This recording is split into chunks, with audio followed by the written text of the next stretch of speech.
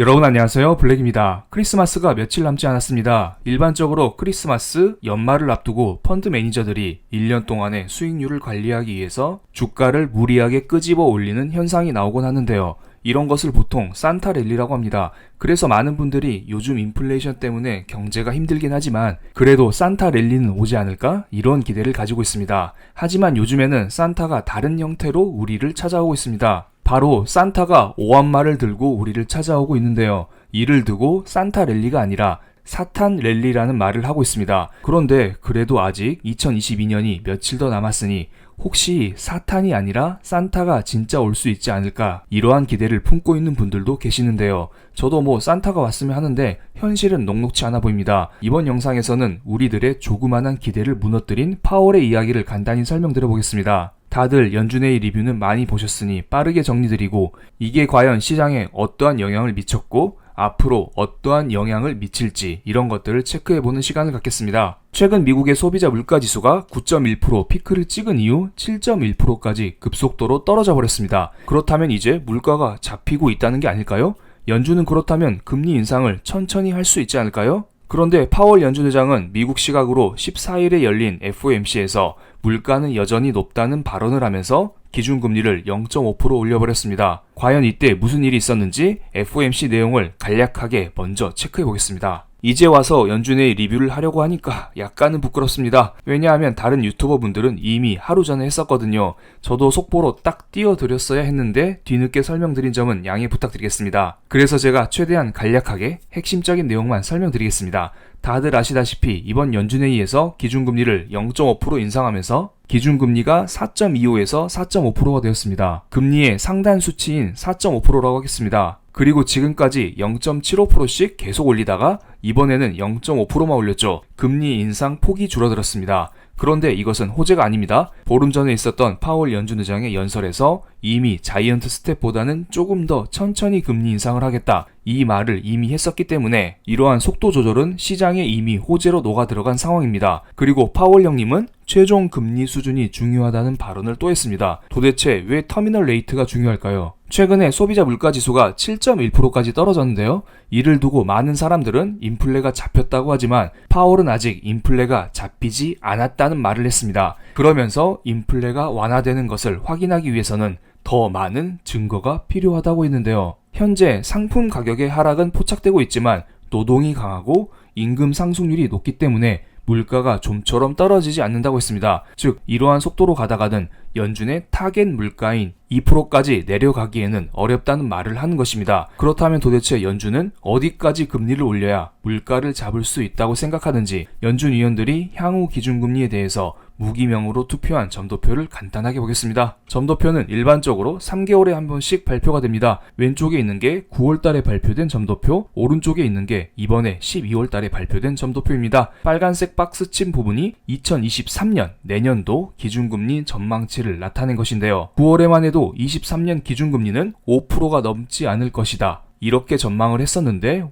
이번에는 대부분 연준 위원들이 5% 이상을 타겟팅하고 있습니다. 기준금리 5.25%에 투표한 위원들이 대다수입니다. 현재 기준금리가 4.5%죠. 5.25%가 되려면 내년에만 최소한 0.75% 정도 기준금리를 올려야 한다는 것입니다.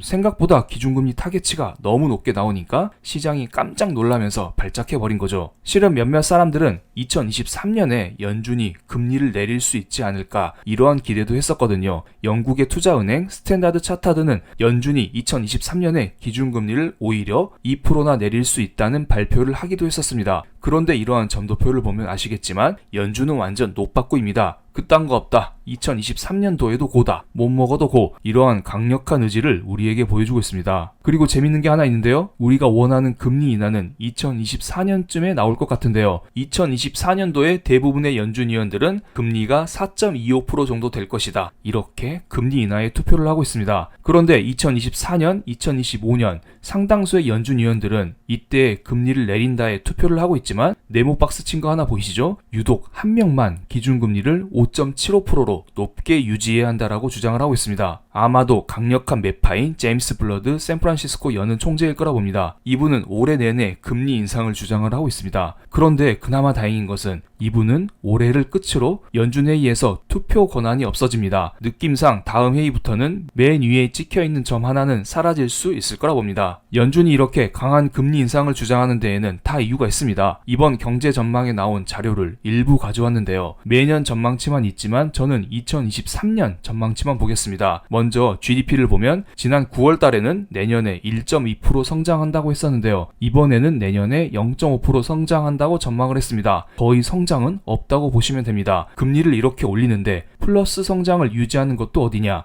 이러한 말을 하고 있죠. 그리고 중요한 것은 실업률입니다. 금리를 이렇게 올리는데 내년 실업률 전망치를 4.6%로 매우 낮게 잡았습니다. 보통 금리 인상을 하다 보면 경제 위기가 오거나 경착륙을 하면서 실업률이 확 튀어오를 수도 있는데요. 연준은 그럴 가능성을 무시하고 있습니다. 저도 여러 번 인용드린 이 자료를 보면 파란색으로 음영친 부분이 미국 가계의 누적 저축액입니다. 빨간색 동그라미 친 코로나 때 지원금을 워낙 많이 받아서 미국 가정에 돈이 쌓여있는 상황을 나타낸 것입니다. 그래서 다들 취업도 하지 않고 그러면서 노동시장에서 노동자들의 몸값만 올라가면서 임금 상승률이 높아지고 있는 상황이죠. 일할 사람이 없으니까 부르는 게 값이 되어버렸죠. 그리고 이게 인플레 상승에 한몫하고 있고요. 그런데 저축액은 언젠가는 바닥이 날 수밖에 없겠죠. 요즘 미국에서는 지원금을 주지 않거든요. 이 자료에 따르면 저축액이 점점 줄어들면서 2023년 중반쯤이면 내년 중반쯤이면 바닥이 난다. 그렇다면 사람들은 일자리를 구하러 뛰어나올 것이고 그렇다면 인플레는 완화될 수 있다고 많은 사람들이 주장을 하고 있습니다. 그리고 이 과정에서 직장을 찾는 사람이 늘어날 테니까 즉 일자리는 한정되어 있는데 실업률을 짓게 하는데 필요한 전체 모수가 늘어나니까 실업률 역시 증가한다. 이러한 주장을 많은 전문가들은 하고 있습니다. 하지만 연준은 그런 것보다는 우리 경제는 그냥 튼튼해. 실업률은 올라봤자 4.6%야. 그렇기 때문에 우리는 5.25%까지 금리를 그냥 올릴 거야. 이러한 발언을 하면서 이번 연준회의는 비교적 매파적이었다라고 해석을 할 수가 있습니다. 또 세 번째 있는 PC 물가를 보겠습니다. 연준이 지켜보고 있는 물가죠. 9월 연준회의에서는 내년 PC 물가 전망치를 2.8%로 예상을 했었는데 이번 연준회의에서는 내년 PC 물가 전망치를 3.1%로 상향 조정시켰습니다. 연준 위원들이 생각하기에 3개월 전보다 지금이 인플레 잡기가 더더욱 힘들어졌다는 것을 의미합니다. 최근 5년간 PC 물가를 보면 코로나 이전에는 2%를 넘어간 적이 없었는데요. 연준은 이 수치를 2%로 되돌리려는 노력을 하고 있는 중이라 봅니다. 실제로 점도표에 따르면 연준 위원들은 2025년도가 되면은 이게 2.1%까지 겨우겨우 내려온다고 전망하고 있는 상황입니다. 많은 일반 사람들이 내년 말, 내후년 초 이때쯤이면 물가가 잡힌다고 전망하는 것과는 조금은 다른 모습을 보이고 있습니다. 연준은 물가에 대해서 조금 더 부정적으로 보고 있네요. 이번에는 시장 상황을 좀 더 체크해 보겠습니다. 달러 인덱스 30분봉 차트를 볼게요. 일반적으로 연준의 금리 인상이 가속화되면 미국 화폐인 달러의 가치가 오릅니다. 연준회의가 열렸었던 그때 달러가 위로 한번 딱 튀었지만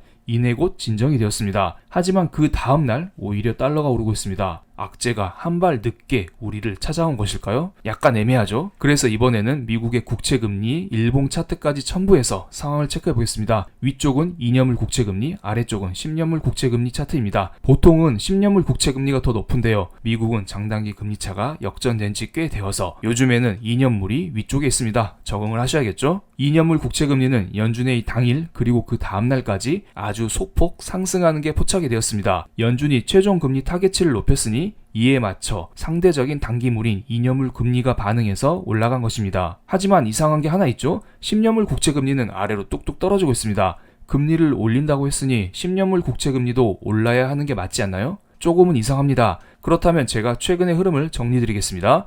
2년물 국채금리는 소폭 상승, 10년물 국채금리는 하락, 달러는 애매하지만 상승을 하긴 했습니다. 이러한 경우는 시장에서 경기 침체를 읽으면 보통 안전자산인 달러와 국채가 집중받으면서 그 가격이 상승하곤 하는데요. 시장에서는 연준의 금리 인상보다는 경기 침체에 좀 더 주목했다. 전 이렇게 생각을 하고 있습니다. 이것은 한국 시각으로 15일 밤에 발표된 산업 생산과 소매 판매인데요. 지금은 연말 쇼핑 시즌입니다. 그럼에도 불구하고 미국의 11월 달 소매 판매는 전월 대비 0.6% 역성장을 했습니다. 산업 생산 역시 역성장을 보여주고 있고요. 그래서 기사 헤드라인을 보면은 지갑 닫은 미국인 11월 소매 판매 1년 만에 최대폭 감소 이런 말을 하고 있죠. 1년 전에 1.6% 하락했었는데 그때 이후 최대치의 감소폭을 보여주고 있습니다. 그만큼 미국 경제가 어렵다는 것입니다. 미국뿐만 아닙니다. 한국 시각 기준으로 15일 오전 11시에 중국의 소매 판매와 산업 생산이 발표가 됐습니다. 이건 역시 그렇게 좋지 않습니다. 특히 소매 판매를 보면은 5.9%나 감소했는데요. 이것은 11월 달 코로나 락다운 때문으로 보입니다. 그런데 이런 게 또 있습니다. 만약에 시장 분위기 자체가 좋으면 이것은 11월 수치잖아. 12월부터는 위드 코로나 정책을 하면서 조금씩 경제가 살아날 거야. 이제부터 중국이 돈도 풀고 잘할 거야. 이런 말을 할 수도 있어요. 하지만 요즘 연준이 금리를 더 올린다 하고 분위기가 그렇게 좋지 않습니다. 분위기가 안 좋으면 뉴스 마사지 이런 것도 나오지 않습니다. 오히려 안 좋은 기사로 이러한 것들을 더 부풀려 버립니다. 요즘 중국에서 위드 코로나를 하는 과정에서 확진자 수가 늘어나고 이와 함께 소비, 제조업이 위축이 될 수가 있습니다. 이 사진은 중국 어느 병원의 모습이라고 하는데요. 화질이 그렇게 좋지 않지만 오른쪽 위에 한자가 있는 것을 보아하니 중국 맞는 것 같습니다. 중국에서 코로나 확진자 수가 급증하면서 의료 대란 사태가 벌어지고 있다는 소식이죠. 의료진들도 코로나에 죄다 걸려서 병원 운영 자체도 어렵다고 합니다. 이렇게 되면 12월 경제 상황이 당장은 썩 좋지 않을 수도 있겠네요. 위드 코로나로 가는 과정에서 중국은 부작용을 겪는 중이라고 보시면 됩니다. 이를 두고 세계보건기구에서는 중국은 백신 접종률도 낮은데 무리하게 위드 코로나를 갔다면서 빨리 백신을 맞으라고 권유를 하고 있습니다. 현재 중국은 자기 나라의 백신만 고집하고 있습니다. 요즘 해외 백신이 남아 돌죠. 자존심 세우지 말고 모더나 화이나 이런 백신들을 도입할 필요가 있습니다. 요즘에 아스트라제네카는 백신 수요가 감소하면서 공장도 팔았다고 합니다. 이러한 백신들을 얼른 들여올 필요가 있습니다. 중국 백신보다 낫겠죠. 그리고 이러한 소식이 나와줘야 시장에 어느 정도 반등이 나오지 않을까 이런 생각을 하고 있습니다. 그럼 오늘 영상 여기서 마치겠습니다. 제 영상이 도움이 되셨다면 구독, 좋아요, 알림 설정까지 부탁드릴게요. 감사합니다.